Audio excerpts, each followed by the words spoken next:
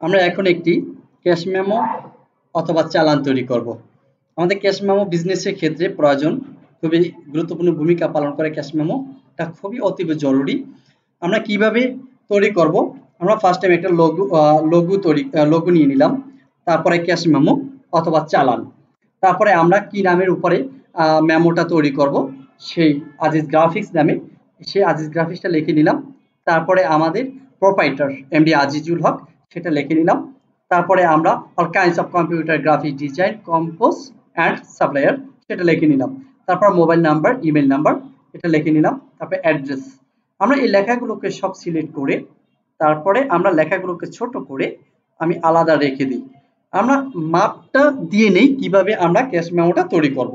আমরা first time stock কালারে কালি দিয়ে তারপরে আমরা রেক্টেঙ্গেল টুল ক্লিক করলে এবং আমরা উপরে দেখে নেব কন্ট্রোল আর দিয়ে আমাদের এখানে ইঞ্চি তৈরি করা আছে, ইঞ্চি দিয়ে নেব। তারপরে রেক্টেঙ্গেল টুল নিয়ে আমরা এখানে সিলেক্ট করব। সিলেক্ট করলে আমাদের ক্যাশ মেমোর ক্ষেত্রে দুইটি মাপ সবচেয়ে বেশি হয়ে থাকে। একটা হচ্ছে 7.5 9, আরেকটা হচ্ছে 5.75/9। তাহলে আমরা 5.75/9 এই মাপটা কোথা থেকে আসলো? এই মাপটা আমাদের আসছে আমাদের A4 সাইজ 9 11.5 অর্ধেক, অর্থাৎ 9 11.5 অর্ধেক। আমরা একটু দেখে নিই, এটাকে 9 নিলাম, 11.5 নিলাম, আমরা 11.5 আর আমরা 9 নিলাম, অর্থাৎ 9 11.5টা ক্লিক করার পরে দেখবেন একটা মাপ আমাদের চলে আসছে, বিশাল একটা মাপ চলে আসছে। দেখেন কিভাবে আমরা মাপটা চলে আসছে। এই 9 11.5 অর্ধেক কত হয় আমাদের একটু দেখে নিই। আমাদের 9 11.5 যে উইন্ডো আমাদের ট্রান্সফর্ম, এখানে দেই অর্ধেক কত হয়। তাহলে এই 11.5 অর্ধেক হচ্ছে 5.75। আমাদের এটা হচ্ছে আমাদের মেমোর একটা মাপ। এখন দেখেন এটা হচ্ছে আমাদের মূল কাগজের মাপ। এখন এটাকে আমি কিভাবে মেজারমেন্টটা কমিয়ে কিভাবে লেখার সাইজটা দিব, কোথায় দিব, কিভাবে দিব, একটু ভালো করে খেয়াল রাখেন। তাহলে আমরা এটাকে কপি করব। ফার্স্ট টাইম এডিট, কপি, তারপরে পেস্ট ইন ফন্ট দিয়ে আমাদের এখানে যে 5.75 রয়েছে, এখানে আমরা 75 বাদ দিয়ে 5 রাখবো। তারপর ট্যাব দিলে আমাদের হাইতে চলে যাবে 9। এই 9টাকে আমরা 1 বাদ দিয়ে 8 রাখবো। অর্থাৎ ভিতরে যে মাপটা আমরা পেয়েছি, এই মাপটা পেয়েছি আমাদের লেখার মাপ। এখন দেখেন এই যে লেখার মাপ পেয়েছি, এই লেখার মাপটাকে আবারও সিলেক্ট করে edit, copy, paste in font এটাকে ক্লিক করে এবার 5 ঠিক থাকবে। আমাদের এই 8 এর জায়গা আমাদের 5 নিয়ে নিব, অর্থাৎ 5/5। অর্থাৎ এই যে মাপটা নিয়ে নিলাম, এই মাপটা আমাদের মূল ক্যাশ মেমোর মাপ। এটাকে আমরা ইচ্ছে করলে অ্যারো চিহ্ন দিয়ে অথবা এটাকে ধরে শিফট চাপ দিয়ে একটু নিচেও নিয়ে নিতে পারি। নেওয়ার পরে আমাদের এটাকে পুরোটা একদম লক করে ফেলবো, কন্ট্রোল 2, যাতে একটা কাজ করতে গেলে আরেকটা না ধরে। এখন আমার এই যে লেখাগুলো, সেই লেখাগুলোকে আমরা বড় করে নিতে পারি। দেখেন লেখাগুলো যে নিলাম, এই লেখাগুলো কিভাবে সেট করব সেটা একটা বিষয়। আমরা সর্বপ্রথম নেব ক্যাশ মেমো, ঠিক মাঝে নেব, এটাকে মাঝে নিতে পারি। ঠিক মাঝে কিভাবে নেবেন, আমি কন্ট্রোল অল্টার 2 দিয়ে আবার লকটা ছেড়ে দিই। আমি একটা ধরে এই আমরা এখান থেকে যে কন্ট্রোল আর দিয়ে স্কেল নিয়েছি, স্কেলটা ঠিক মাঝ বরাবর রেখে আমি এই সবগুলো ধরে আবারও কন্ট্রোল 2 দিয়ে দিলাম, অর্থাৎ যাতে আমাদের এটা না ধরে আর রাখে। এখন এটাকে যতবার দেন এটা ধরবে না। একে দেখেন এই যে ক্যাশ মেমো নিলাম, এই ক্যাশ মেমোটা ঠিক আমাদের এই মাপের নিচে থাকতে হবে। এখন এটাকে নেওয়ার পরে এখন এটার নিচে আমি একটা ডিজাইন দিলাম, যেটা আমাদের মূল ডিজাইন, সেটা বসালাম। বসানোর পরে আর লোগোটা আমি এই কর্নারে বসালাম। আমি আমার চাহিদা অনুযায়ী লোগোটা বসিয়ে ফেললাম।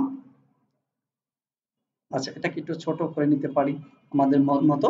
তারপরে দেখেন আজিজ গ্রাফিক্সটা আমি এখানে বসালাম।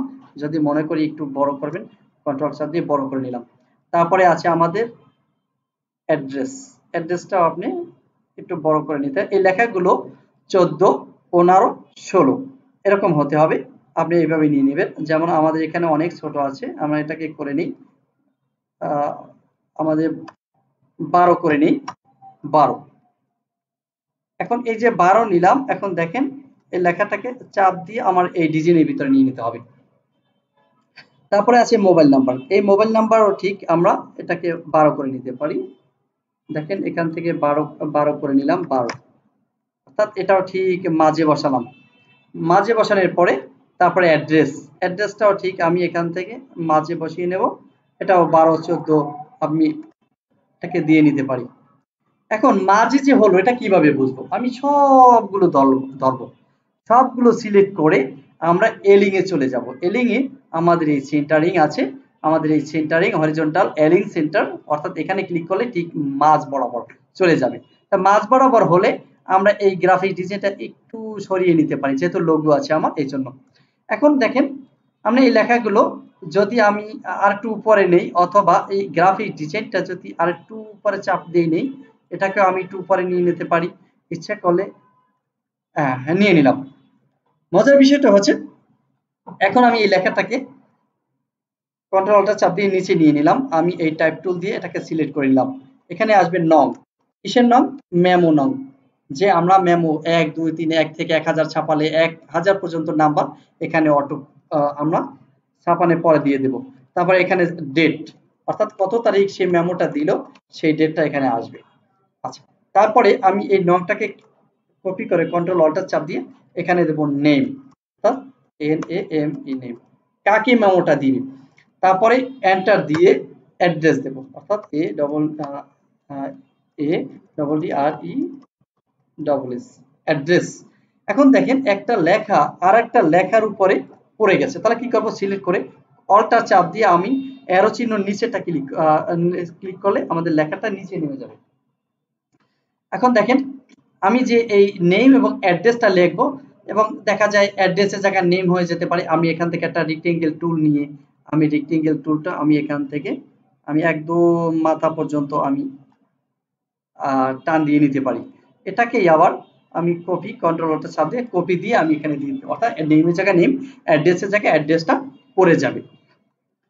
আর উপরে যদি আমি একটু ডিজাইন দিতে চাই দেখেন, তাহলে সেটাও দিতে পারি। যেমন এখান থেকে একটা রেক্টেঙ্গেল টুল নিলাম, নেওয়ার পরে এটাকে যদি আমি একদম ফিল কালার দিয়ে দিলাম, এই কর্নারের অপশনটা চাপ দিয়ে রাউন্ড করে দিলাম, রাউন্ডটা আমি এখানে বসিয়ে দিলাম, দেওয়ার পরে আমি এটাকে একদম ছোট করে দিলাম। ছোট করার পরে আমার যে নিচের লেখাটা আছে সেই লেখাটাকে সাদা করে উপরে নিয়ে নিলাম, অর্থাৎ কন্ট্রোল শিফট তার ব্র্যাকেট, অর্থাৎ উপরে নিয়ে নিলাম। এখন যদি এটাকে আমি যদি আরো চাপিয়ে দিই তাহলে সেটাও দেওয়া যাবে। এই দেখেন চাপিয়ে দিলাম।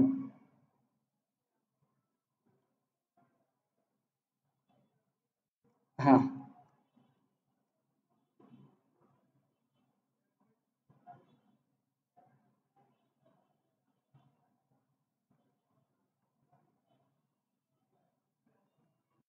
আমি এই লেখাটাকে এখানে বসালাম।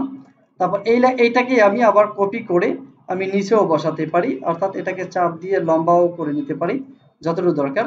আমি লেখাটাকে ব্যাকগ্রাউন্ডটাকে নিচে নিয়ে লেখাটাকে আমি সাদা করে দিতে পারি, অর্থাৎ এটা একটা ডিজাইন। আমি এই লেখাগুলো অন্য একটা কালার দিতে পারি। আমি যে কালার দিতে পারি সেটা যে কালার আমার পছন্দ সেই কালারটা আমি এখান থেকে দিয়ে নিলাম। এখন যদি এটাকে আমি আরেকটু ছোট করি তো সেটা ছোট করা যাবে, করে নিলাম। এটা পুরোটাকে ধরে আমি একটা ছোট করে নিলাম, অর্থাৎ এই গ্রাফিক ডিজাইনটা ঠিক মাঝে বসালাম। এটাকে যদি আর একটু ডিপ দিই তাহলে সেটা ডিপও দেওয়া যাবে। আমি এখানে বসালাম, লেখাগুলো ঠিক একটা আরেকটার উপরে না উঠে যায় সেটা একটু খেয়াল রাখতে হবে। এখন দেখেন আমাদের উপরের পার্টটা আমার হয়ে গেছে। এখন নিচের যে মূল যে পার্টটা মেমোটা সেটা কিভাবে তৈরি করব? অর্থাৎ আমরা এখান থেকে রেক্টেঙ্গেল টুলে ক্লিক করলে লাইন টুলে চলে যাব। লাইন টুলে চলে গেলে আমরা এখান থেকে স্টক কালার দিয়ে নেব অবশ্যই।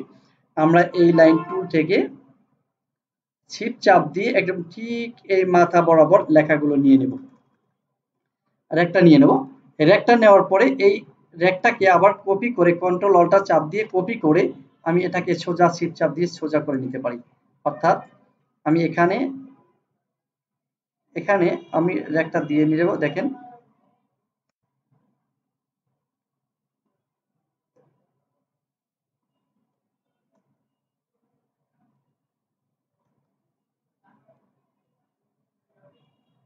সিলেকশন টুলটা ধরে আমি যদি ঠিক উপরে বসাই এটাকে চিকুন ছোট করে নিতে পারি।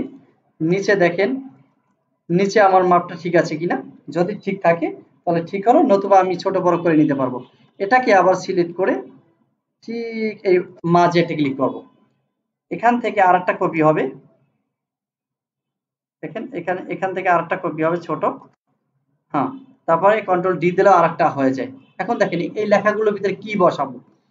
প্রথম যে অপশনটা আছে এই অপশনটায় আসবে নং, অর্থাৎ এটা কি কয়টা পণ্য আমি দিয়েছি সেই পণ্যের নংটা আসবে। দ্বিতীয় যে আমাদের ঘরটা আছে সেটা আসবে ডিসক্রিপশন, ডিসক্রিপশন আসবে, অর্থাৎ আমি টাইপ টুল নিয়ে আমি এখানে ডিসক্রিপশনটা লিখে দিই। ডিসক্রিপশন, ডিটা ছোট হাতের হয়েছে, আমরা এটা শিফট চাপ দিয়ে দিল, এটা যে ডিসক্রিপশন। আচ্ছা, পরের যেটা আছে সেটা হচ্ছে আমাদের পণ্যের কোয়ান্টিটি। আমাদের পণ্যের কোয়ান্টিটিটা কত হবে, এর একটা পড়ে গেছে।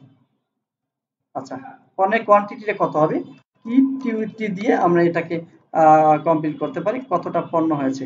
তারপর হচ্ছে রেট, আর রেট, রেটটা বসাবো, ঠিক ধরে আমরা এটা অ্যারো চিহ্ন দিয়ে মাঝে নিতে পারি।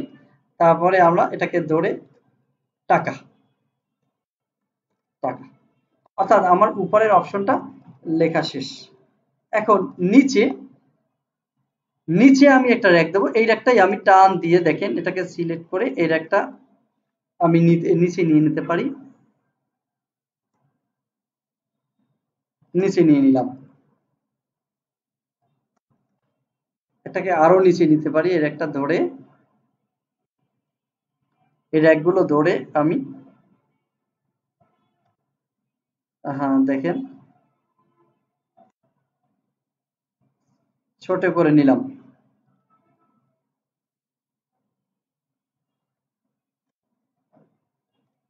ছোট করে নেওয়ার পরে এটাকে আমি আবারও কন্ট্রোল সি কন্ট্রোল বি দিয়ে আমি আর একটু নিচে নিয়ে নিলাম আর একটা, তারপরে কন্ট্রোল সি কন্ট্রোল বি দিয়ে আমি আরো একটা নিলাম। আমাদের ৩টা ঘর লাগবে, অর্থাৎ ৩টা ঘর লাগবে, এই জন্য আমি একটু ফিল কালার দিয়ে দিই।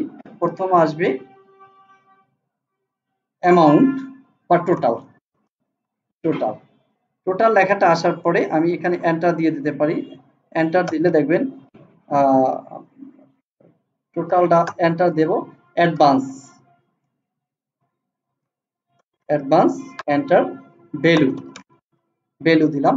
এই লেখাগুলোকে ধরে ঠিক এখানে অল্টা চাপ দিয়ে অ্যারো চিহ্ন নিচে দিলে ঠিক মেজারমেন্টে চলে আসবে, অর্থাৎ এখানে আসছে টোটাল, অ্যাডভান্স, ভ্যালু লেখাটা চলে আসছে।